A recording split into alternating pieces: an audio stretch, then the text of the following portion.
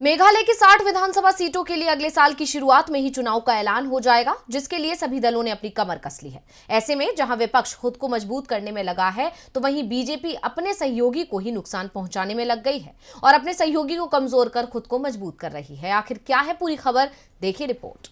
BJP सिर्फ विपक्ष को ही कमजोर नहीं करती, बल्कि अपने सहयोगियों को भी कमजोर करती है।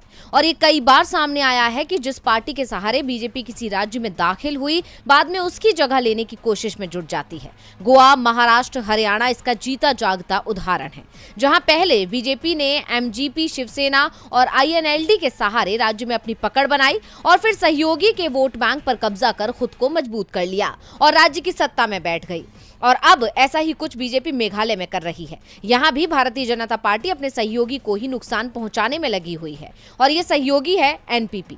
दरअसल मेघालय में सत्तारूढ़ नेशनल पीपल्स पार्टी को बीजेपी ने बड़ा झटका दिया है। पिछले 4.5 साल से मेघालय में बीजेपी और एनपीपी का गठबंधन चल रहा है और अब बीजेपी ने एनपीपी के 2 विधायकों को अपने पाले में कर लिया है। इसके साथ ही तृणमूल का एक विधायक भी इस्तीफा देकर बीजेपी में शामिल हो गया है।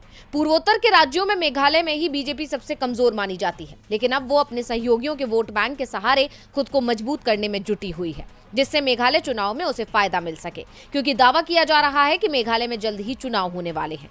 ऐसे में बीजेपी ने अभी से राज्य में अपनी चाल चल दी है और एनपीपी को कमजोर कर खुद उसकी जगह लेने की कोशिश कर रही है। और ऐसा करना बीजेपी के लिए कोई नई बात नहीं है, क्योंकि ये बीजेपी की पुरानी आदत है। बता दें कि मेघालय में मेघालय डेमोक्रेटिक अलायंस यानी एमडीए की सरकार है।